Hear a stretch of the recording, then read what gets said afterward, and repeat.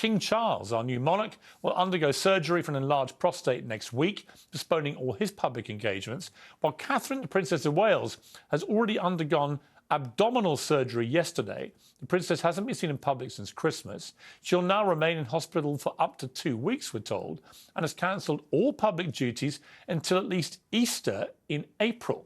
Well, joining me to discuss all this is TalkTV's royal editor, Sarah Hewson, who's in London. And in the studio with me here in New York is Fox News contributor, Dr. Marc Siegel. Welcome to both of you. Sarah, let's get to the royal story aspect of this. I can't remember the last time there were two announcements like this, back to back, both supposedly for planned procedures, but it all seemed a bit rushed out to me. What's your take on this? Yeah, and I suppose it depends what they mean by planned, doesn't it, Piers? We're told that the Princess of Wales wasn't rushed into hospital. This isn't something that occurred over the course of the weekend and has then led to her being hospitalised this week, but we don't know for how long it has been planned.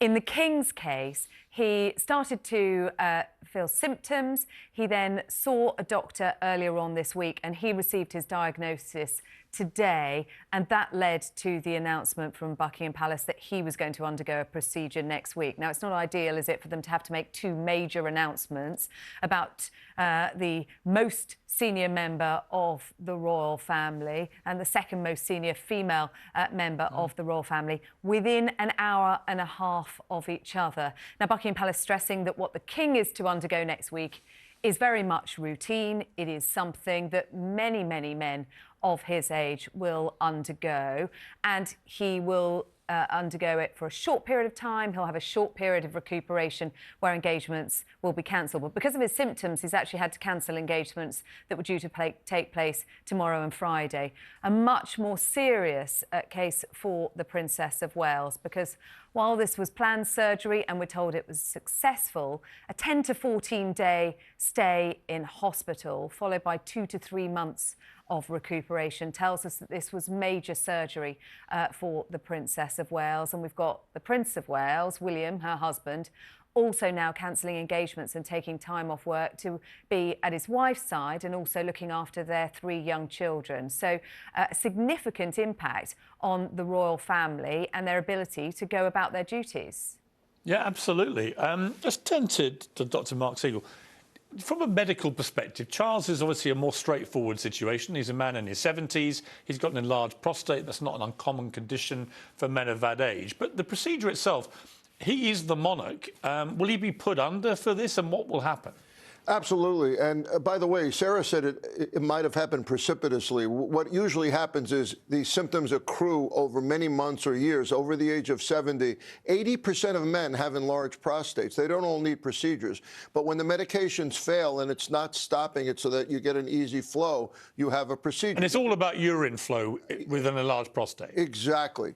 And if it doesn't, if it's suspended the flow or it interferes with the flow, you may have a procedure. Usually these days, Piers, we're using a green laser, which actually is quite a small way to go about it. It's not a big open procedure.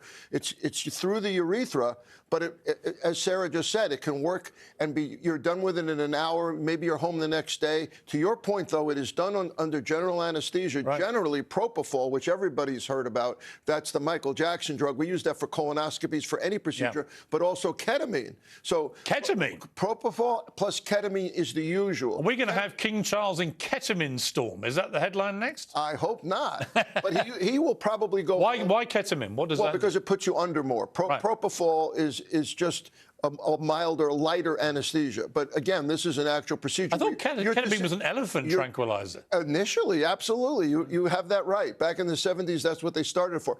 You're literally evaporating part of the prostate with this. The front part that's pinching on the urethra. You're literally using the laser to evaporate it. And if you don't have that procedure, what happens ultimately? Well, after a while, the medications fail, and you would have to have an open procedure, which, again, is the old scalpel method. We're through with that now.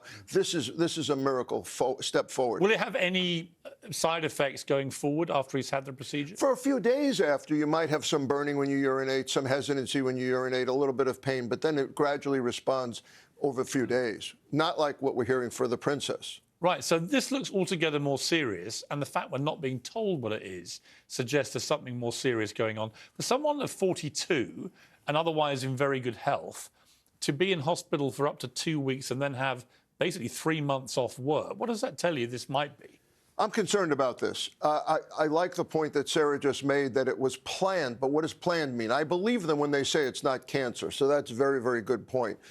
Could it be a benign tumor? Could it be a hernia? Could it be a gynecological procedure? Could it be related to... She had 3 children in 5 years, which is a lot, but she was out there saying, I used hypnotherapy for this. So now she's relying on privacy, and that makes me concerned. But Piers, almost every single abdominal surgery I can think of that's not an emergency is done through a scope these days or a robot, and you're home in a day. So I'm concerned. So what could it be? I think something might have gone wrong. I'm worried about a complication. I'm worried about an infection. You know, she went in there, maybe something happened she wasn't anticipating. And 2 to 3 months of recovery implies that there's been something major here. So it may not have been a planned major surgery, but how do we know an infection didn't occur? How do we know a complication didn't occur? She's going to be fine. I have a strong feeling she'll be fine, but the longer-term recovery concerns me that something went wrong. Sarah, where does this leave us if King Charles is unconscious and William is, you know, looking after his kids? And, I mean, do we start heading down the list of people if there's some duty that the monarch has to perform? What actually happens here? We're kind of into uncharted territory a bit. Well, look, there's a very set procedure in place should a monarch be incapacitated due to ill health for a short period of time. And if the king does have to undergo a general anaesthetic and is unconscious, then the councillors of state would be called upon should they be needed. Now, the list of the councillors of state is the monarch's spouse, so Camilla, and the next 4 in line to the throne. Traditionally. Now, that list throws up a few problems, as you've alluded to there, Piers, because it's the Prince of Wales, who we know is looking after his wife and children. Then it's Prince Harry, who's in California. The next on the list, oh my God, the Duke of York. He won't be interim king, will he? No, he With won't. Queen The Meghan. Duke of York, Princess Beatrice. He'll stay here. But in planning for an occasion like this, the royal family decided that it might be pertinent to add a couple more onto the list. So we now have the Princess Royal, who is also a Councillor of State, and the Duke of Edinburgh. So should they be required, they could be called on. But I think it's highly likely that the King will only be out of action for a very short period of time. And while he's not conducting public duties, he'll still be receiving his red boxes. He'll still be able to make decisions as and when they're required. Okay. All right, Sarah Hewson in London, thank you very much. Dr. Marc Siegel, great to see you. Great to see you, Piers. Always. Welcome to New York. Oh, thank you, I love New York. Scobie is back with a spiteful, lie-filled new book that's poured fuel on the flames. He says that Meghan wrote private letters to King Charles, naming 2 royals who she accuses of taking part in those supposedly troubling conversations about Archie's skin colour. Scobie says he knew the names of the accused royals, but couldn't use them for legal reasons. That's in the English version of his book. Then, as everybody now knows, the names suddenly appeared in a Dutch translation. The only crisis, I think, that we're facing at the moment, this end game, as Omid Scobie puts it, is an end game for Omid Scobie. I'm going to cut through all this crap. I'm going to tell you the names of the 2 senior royals who are named in that Dutch version of the book.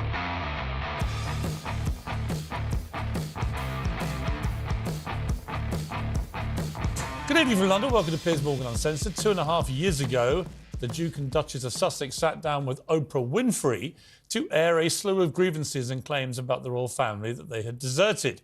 The most incendiary claim was that members of the royal family had raised, quote, concerns in multiple conversations about what skin colour baby Archie's skin would be.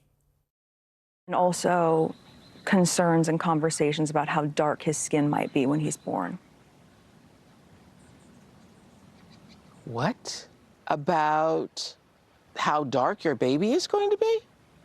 Potentially, and what that would mean or look like. Hold up. There's Stop several right now. There's several conversations. There's a about conversation with you with Harry about how dark your baby is going to be? Potentially, and what that would mean or look like. Ooh. And you're not going to tell me who had the conversation? I think that would be very damaging to them. Okay. compartmentalize They were conversations. concerned that if he were too brown, that would be a problem. Are you saying that? I wasn't able to follow up with why, but if that's the assumption you're making, I think that feels like a pretty safe one. You see, that's just an allegation of racism right there. It's not ambiguous. That is Meghan Markle accusing a member of the royal family of being racist, judging somebody according to the colour of their skin and how brown they are. There's no room for thinking it's anything else. Now, the impact of that claim was extraordinary. The claims were reported breathlessly across the world. Tens of millions of people, hundreds of millions, were left with the unavoidable impression that Britain is a racist country with racists at the heart of our royal family. But just the fact that there is, according to both of them, this ongoing blatant racism, not only in the UK tabloid press, but in the family. But for some people in this country, a blanket denial of racism, like the one that we heard from Prince William yesterday, just isn't enough. Buckingham Palace is racist. Because among the more shocking revelations was that it's sort of overt racism she faced within the royal family. But here it is, a couple that's truly in love. And the thing that you want to question is their skin tone. I hope all those people are having severe second thoughts or buyer's remorse about believing what Meghan Markle and Prince Harry said. I don't need to, because that day I said I didn't believe a word of it. And I had to leave my job because I didn't believe them, even though I think they were lying. Well, for 2.5 years, there's been frenzied speculation about who these supposedly racist royals are. Just about every single member of the royal household has been implicated in the rumours at some point. And that surely isn't fair, is it? Just guilt by collective association? Especially if you believe, as I do, as I've always said, that the claims, in my opinion, are completely and utterly baseless. That speculation reached fever pitch again this week because of this Weasley lickspittle Omid Scobie. He's the client journalist of the Sussexes. He's always the first to publish their Soviet-style official statements and defend their indefensible deeds. He's like that guy, Comical Ali. Do you remember him? Who fronted up for Saddam Hussein in the Iraq War and would literally say, "We've got him on the run," as the American howitzers were coming over his head. Well, Meghan Markle famously denied briefing Scobie for his last book, Finding Freedom. But then she was forced a few months after it came out to apologise in court and admit that actually she'd briefed one of her aides to go and tell Scobie all the laundry. So when it emerged that the latest book contained new details on those race accusations, well, let's just say I've made my own assumptions about where Scobie could have got that information from, because it wasn't King Charles. So that only leaves the other person on the end of that correspondence. That's Meghan Markle, or maybe Harry, her husband, or maybe one of their mutual friends that Scobie keeps boasting he has. Scobie says he knew the names of the accused royals, but couldn't use them for legal reasons. That's in the English version of his book. Then, as everybody now knows, the names suddenly appeared in a Dutch translation of the book. And by appeared, I mean they were sent to journalists who couldn't believe what they were reading. They went into bookstores where people could buy it. Well, last night I decided this was all ridiculous, and it was time to name the two royals implicated in those racism claims. They are, as I said last night, King Charles, Prince Charles as he was then, and Catherine, the Princess of Wales. I did that for several reasons. First, the speculation was once again raging out of control, as it has for 2.5 years. Second, it made no sense that Dutch journalists and Dutch people who bought copies before the publisher withdrew them would know these names, members of our royal family, when the British people were prevented from knowing them. Thirdly, once you know the names, it becomes blindingly obvious to anyone with even half a brain that these allegations are ridiculous. Whatever your view of the monarchy, I don't think any serious person really believes that anything they've seen or heard from King Charles or the Princess of Wales suggests they have even the tiniest racist bone in their bodies, or would judge anybody according to the shade of their skin. And once again, it's worth remembering what Prince Harry eventually said about these accusations when he was promoting his book. And before we play the clip, just to remind you, after launching this racist bombshell 2.5 years ago, It never got mentioned again. Not in the 6-part Netflix series, which mentioned everything else in their lives. Not in the 12-part podcasts for Spotify that Meghan Markle did, never mentioned. And it never got mentioned in Harry's over 400-page book. 150,000 words of stuff about his entire life, but not a mention of the supposed racism by members of his own family, which he had launched as a missile against that family on Oprah Winfrey. So this is what he said to Tom Bradby at ITN at the start of this year when promoting the book where he didn't mention it. In the Oprah interview, you accuse members of your family of racism. You don't even... No, we didn't. Well, the British press said that. Right. Did Meghan ever mention that they were racist? She said there were troubling comments about there was concern about his skin colour. Right. Wouldn't you describe that as essentially racist? I wouldn't, not having lived within that family. God, he's such a dimwit, isn't he? He's just dim as ditch water. He literally thinks we're going to watch the clips back from Oprah and not think that she was saying that the royal family had been racist. How dumb does he think we are? So Harry performs this dramatic U-turn. Oh, we never meant to suggest they were racist. It was the terrible British press. They were the ones who said it was racism. We just meant unconscious bias. You know what that's become a euphemism for? We actually haven't got any evidence of someone being racist. We just think it's kind of unconscious, on the sly, right? It's kind of there, but we can't prove it. It's like we think they might be. Yeah, not good enough. Not when it comes to members of the royal family, whose reputations are on a global stage. So why should I stand back and let a proven liar like Omid Scobie, a man who claims in this book as a fact that I have regular phone chats with Queen Camilla? Regular. Do you know how many times I've spoken to Queen Camilla on the phone in my entire 58-year life? 0. Not once. It's not just not regular, it's never happened. We've never had a phone chat. So he's a liar. And he lied again about when apparently I called Meghan Markle Princess Pinocchio on that fateful last day of Good Morning Britain. Apparently Camilla immediately contacted me to thank me on behalf of the firm. No, she didn't. Another lie. Complete lie. So Scobie prepared to lie about me, about these little things, which don't really amount to a row of beans. Why should we believe anything else he has to say? All he's doing is dragging the whole royal family through the mud all over again, reigniting these racism charges because he wants to sell books and make money. Well, Scobie gave another interview this morning, in which he again denied working with Meghan Markle, and he also denied ever using the names in any draft of his book. I'm as frustrated as everyone else. I make it very clear in this book that I, in every way possible, want to adhere to the laws surrounding this subject. It's why I've been very careful in how it's described in the book, and it's why I've never spoken about it beyond what I've said in the public domain before. The reality is, though, is that this is information that is not privy just to me. A liar. A barefaced liar. He wants us to believe that he only submitted a draft in the English version, which never mentioned the names, but that somebody in the Netherlands got hold of it and added the names and added entire paragraph in one part of this into the manuscript before it went to the printers. A lethal saboteur. Who would do that? Have you ever met any author in history, because I haven't, who's had that happen to their manuscript? That on the way to the printers in a foreign country like the Netherlands, they got into the manuscript and changed it without the author knowing anything about it? No. It doesn't pass what we call the smell test. Mr. Scobie stinks when it comes to the smell test.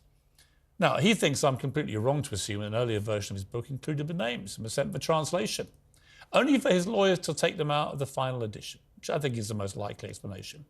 It's therefore rather inconvenient for him that the Dutch translator has told reporters tonight that she'd only translated what was written down on the manuscript. She said the names of the royals were there in black and white.